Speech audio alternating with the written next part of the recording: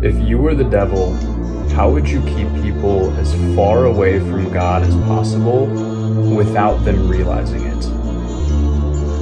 Well, if I were the devil, I'd start by corrupting mainstream religion, turning it into a tool for control, hypocrisy, and division. I'd twist sacred teachings into rules that breed judgment and fear, driving people away from faith and making them question the authenticity of God's message.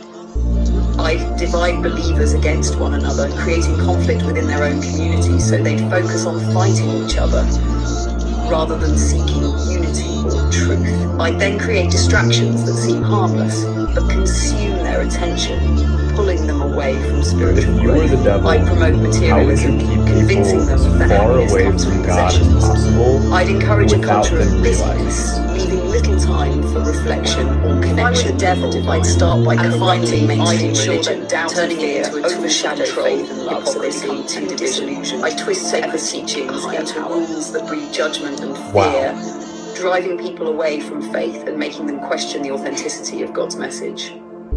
I'd divide believers against one another, creating conflict within their own community so they'd focus on fighting each other rather than seeking unity or truth. I'd then create distractions that seem harmless but consume their attention, pulling them away from spiritual growth.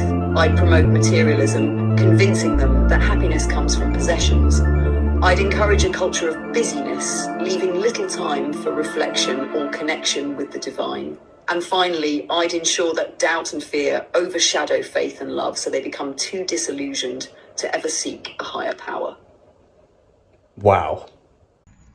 In the book of John 10:10, and the Bible says the devil come to kill, to steal, and to destroy. So the devil doesn't want us as children of God to have relationship with our Father, to have relationship with Jesus. So the devil will try and do all his best to make sure he use all things to distract us, to make sure he use situation to make us to doubt God, to make us to disconnect from God. Hallelujah. So this is the strategies of the devil.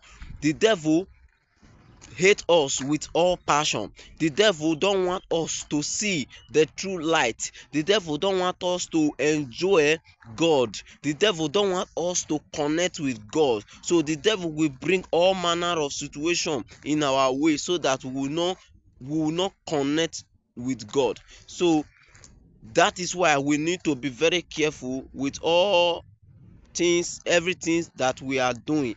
Not everything that comes to our way that happens